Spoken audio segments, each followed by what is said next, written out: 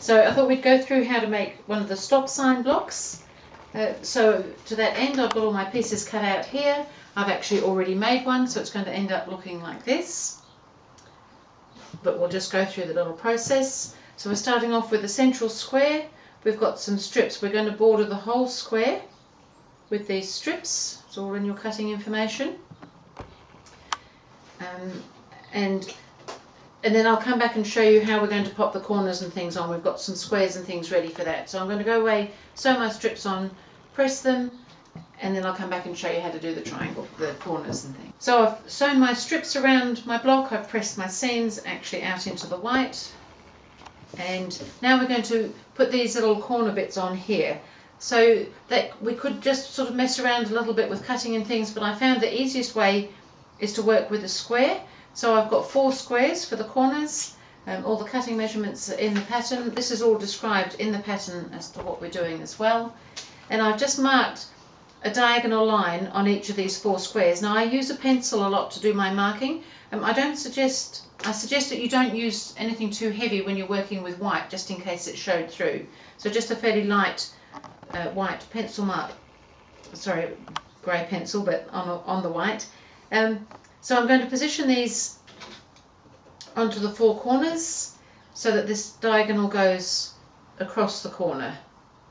And then I'm going to sew right on that drawn line, and then we're going to trim away. So if you had them all positioned on, it's going to look a bit like that, which is what this diagram is all about here. So we're going to sew these diagonal lines, and then we're going to trim away the actual corner, 1/4 inch away from the sewing. So I'll go ahead and sew that and show you that, and then we'll come back and do the next bit.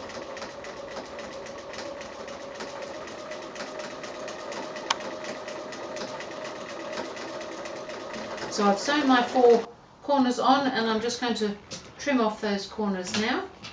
So I lay my ruler on so that that 1/4 inch line in from the edge of the ruler sits right along the sewing line, and I cut 1/4 inch away towards the corner. So we can take that away and just go around on all 4 and do that.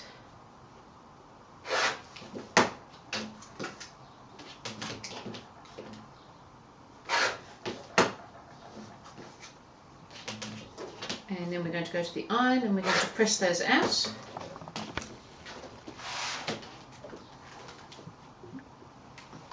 So just lift that up and just press that over like that, and that should bring everything back to a square again.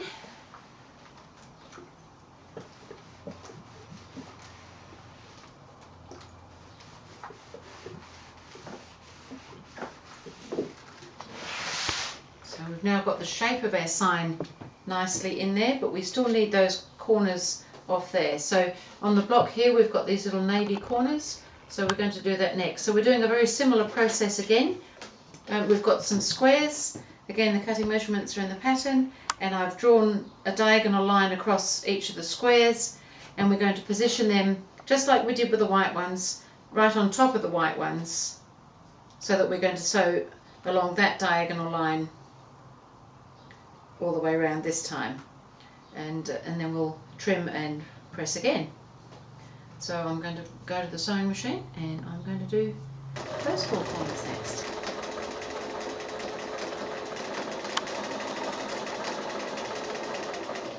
So I've sewn again my 4 squares on diagonally across, and I'm going to trim those off just the same, put the 1/4 inch line in along the stitching line and trim the corner away.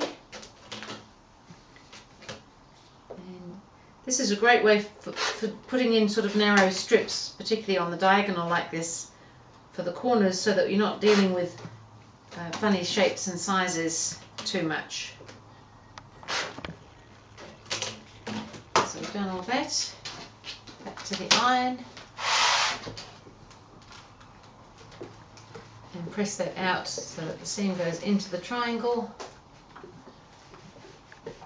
So we're keeping our square the same size as we started off with, pretty much. Well, once we put those white strips around the edge, we're just trimming away the triangles as we go. So there's our road sign now ready for its words. So I've got my applique here, I've started cutting them out.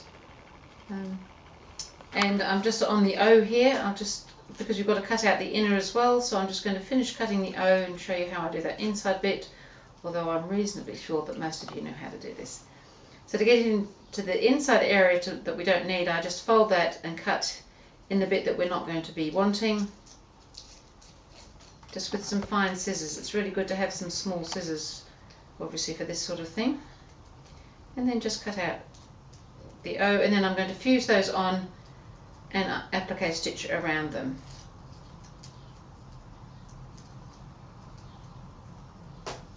So there's my O. I've still got the P to do.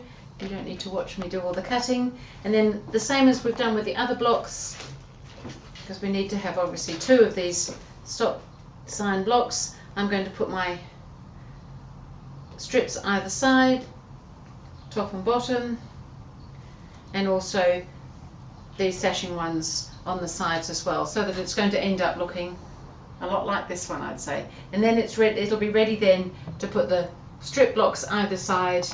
And because these are the top and the bottom rows, and we've already got the sashing strips on the previous rows, we don't need to put any sashing strips on these. Then we can just join up the whole quilt top and it'll be all ready for the next stage. So don't forget to do your applique, don't forget to put your blocks together, and we'll come back and show you a little bit more shortly. So I'm just going to show you how I'm doing some of the applique. I'm using a little blanket stitch.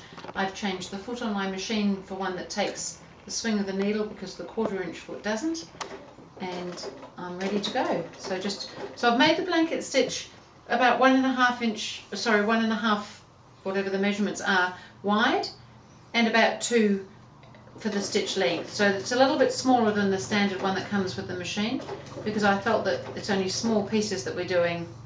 So when I get to a corner, I've got to just turn it, and I often just turn part way on the corner, and then I keep going around. And so when you're going around the curves, it's a good idea to stop fairly frequently and just lift the foot so that you can just move the fabric around a little bit, rather than sort of wrenching it around and things, because the stitches can go a little bit off that way. You want them to be going straight in from the shape at whatever angle you're sewing at the time. So nothing really hard, just take your time with the applique. You may have a preferred method of applique. This is what I've chosen to do here. So I've fused the letters on and just using a little blanket stitch to go around. So I'm doing all the applique, which isn't a lot on this quilt. The 2 words and the 2 exclamation marks I'm doing in this same way.